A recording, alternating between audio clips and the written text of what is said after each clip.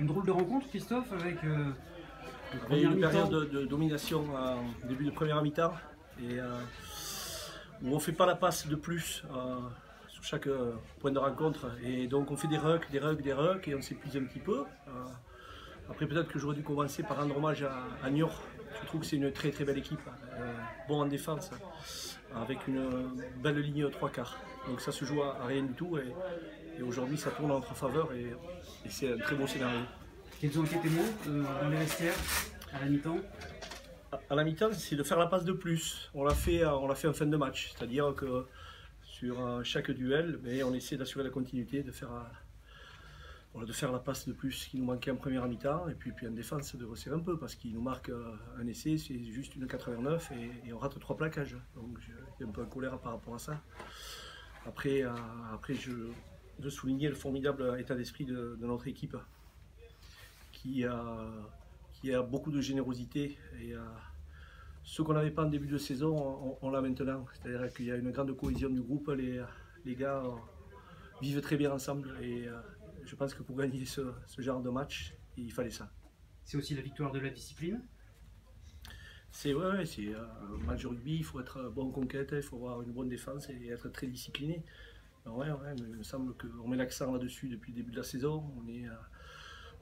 On fait tout ce qu'il faut pour que les gars soient vigilants. C'est en gagnant ce genre de match, dans la difficulté, qu'on construit aussi une place de leader et qu'on construit aussi pour la suite. Oui, bien sûr. On sait que les phases finales, j'espère qu'on va y être invité, puisque maintenant, en gagnant uniquement nos matchs à la maison, on devrait finir premier.